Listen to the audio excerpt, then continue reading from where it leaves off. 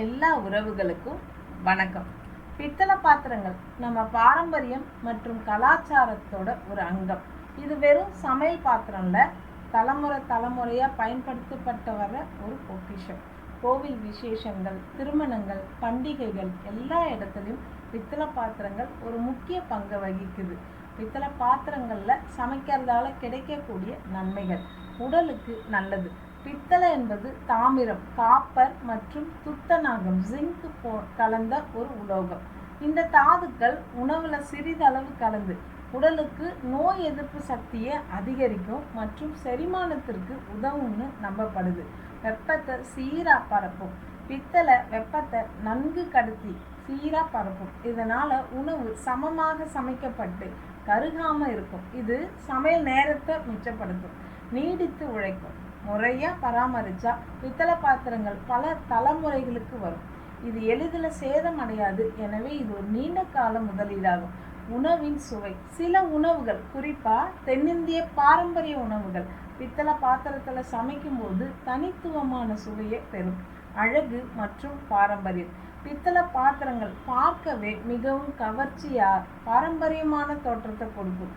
விசேஷ சமையலுக்கு மிகவும் ஏற்றது. இந்த நன்மைகள் இருந்தாலும் பித்தளை பாத்திரங்கள் சமையலுக்கு பயன்படுத்தும் போது உள்பூச்சு உள்ளதான்னு உறுதிப்படுத்திக்கிறது ரொம்ப அவசியம். பித்தளை பாத்திரங்களோட சவால்கள்: உள்பூச்சு, ஈயம் பூசுதல். பித்தளை புளிப்பு அல்லது காரமான உணவுகளோட வினப்புரிஞ்சி உணவுக்கு ஒரு கசப்பான சுவையை கொடுக்கலாம் அல்லது நச்சுத்தன்மையை ஏற்படுத்தலாம். இதை தவிர்க்கிறதுக்கு பாத்திரத்தின் உள்ள ஈயம் பூசப்பட்டிருக்கணும். இந்த ஈயப்பூச்சி தேஞ்சு போனால் அதை மீண்டும் பூச வேண்டும். அதிக பராமரிப்பு: பித்தளை பாத்திரங்கள் எளிதில் நிறம் மாறி பளபளப்பை இழக்கலாம். அவற்றை மீண்டும் பளபளப்பாக்க புளி அல்லது எலுமிச்சை சாறு போன்ற இயற்கையான பொருட்களை பயன்படுத்தி அடிக்கடி சுத்தம் செஞ்சு வச்சுக்கணும். இது ஒரு தொடர்ச்சியான வேலையாக தான் இருக்கும். பித்தளை பாத்திரங்கள் பொதுவாக கனமாக இருக்கும். இது சமைக்கும் போதும் சுத்தம் செய்யும் போதும் சற்று சிரமத்தை ஏற்படுத்தலாம். அதிக விலை: தாமிர பாத்திரங்களை போலவே பித்தளை பாத்திரங்களும் விலை அதிகம். குறிப்பாக ஈய பூச்சுடன் கூடிய தரமான பாத்திரங்களுக்கு அதிக செலவாகும். இது அனைவராலும் வாங்கக்கூடிய விலையில் இருக்காது. வெப்ப கட்டுப்பாடு: வெப்பத்தை நன்கு கடத்தினாலும் அது விரைவில் சூடாகுன்றதால உணவை கவனமாக கையாளணும். இந்த சவால்கள் இருந்தாலும் பித்தளை பாத்திரங்கள் அதன் பாரம்பரிய மற்றும் ஆரோக்கிய நன்மைகளுக்காக இன்னும் பல வீடுகளில் பயன்படுத்தப்படுது. பித்தளை பாத்திரங்களை வாங்கிறதுக்கு முன்ன கவனிக்க வேண்டியது: ஈயப்பூச்சு, டின் லைனிங். சமையலுக்காக பித்தளை பாத்திரங்களை வாங்கும்போது அதன் உட்புறத்தில் ஈயப்பூச்சு, டின் லைனிங் இருக்குதான்னு உறுதிப்படுத்திக்கணும். புளிப்பு அல்லது காரமான உணவுகள் பித்தளையோட வினை புரிந்து உணவுக்கு கசப்பான கலவையை ஏற்படுத்தலாம். இந்த பூச்சு வினையை தடுத்து உணவை பாதுகாப்பாக வச்சிருக்கும். ஈயப்பூச்சு தேஞ்சு போனால் அதை மீண்டும் பூசி வச்சிடணும். பாத்திரத்தோட தரம் மற்றும் கனம்: கனமான உறுதியான பாத்திரத்தை தேர்ந்தெடுக்கிறது நல்லது. கனமான பாத்திரங்கள் வெப்பத்தை சீராக பரப்பி உணவை கருகாமல் சமைக்க உதவும்.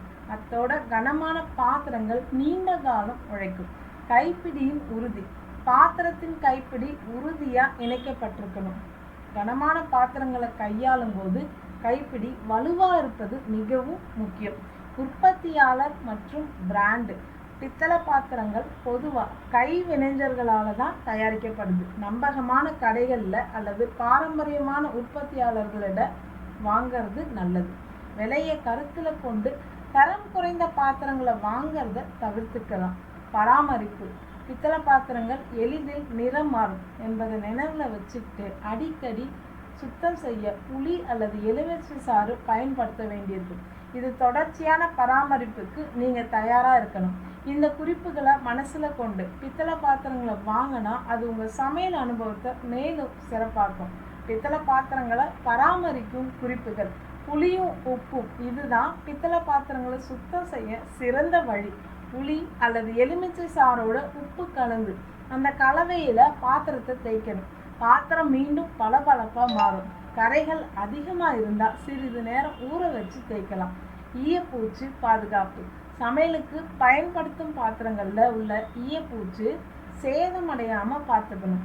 சமைக்கும்போது உலோக கரண்டிகளை பயன்படுத்தாமல் மரக்கரண்டிகளை பயன்படுத்துறது நல்லது. சமைச்ச பின்னு உடனடியாக சுத்தம். உணவை நீண்ட நேரம் பித்தளை பாத்திரத்தில் வைக்கக்கூடாது. சமைச்சு முடித்த உடனே உணவை வேறு பாத்திரத்துக்கு மாற்றிட்டு பித்தளை பாத்திரத்தை உடனடியாக சுத்தம் செய்யணும். உலர்ந்த நிலையில் வைக்கிறது. சுத்தம் செஞ்ச பிறகு பாத்திரத்தை நன்கு உலர்த்தி வைக்கணும். ஈரப்பதம் இருந்தால் அதன் பளபளப்பு குறைஞ்சி நிறம் மாற வாய்ப்பு இருக்குது. முறையான சேமிப்பு. பித்தளை பாத்திரங்களை ஈரம் இல்லாத காற்றோட்டமுள்ள இடத்துல வைக்கணும். நீண்ட நாட்கள் பயன்படுத்தாமல் இருந்தாலும் ஒவ்வொரு சில வாரங்களுக்கு சுத்தம் செஞ்சு காய வச்சு எடுத்து வச்சுக்கலாம். இந்த குறிப்புகளை பின்பற்றினா உங்கள் பித்தளை பாத்திரம் அதன் பாரம்பரிய பளபளப்பை நீண்ட காலம் தக்க வைத்துக்கொள்ளும். இது போன்ற பயனுள்ள குறிப்புகளை தெரிஞ்சுக்க நம்ம அவர் ஹோம் அவர் பிக்ஸ் சேனலுக்கு சப்ஸ்கிரைப் பண்ண மறந்துடாதீங்க. லிங்க்கு டிஸ்கிரிப்ஷனில் கொடுத்துருக்கேன். செக் பண்ணி பாருங்கள். நன்றி, வணக்கம்.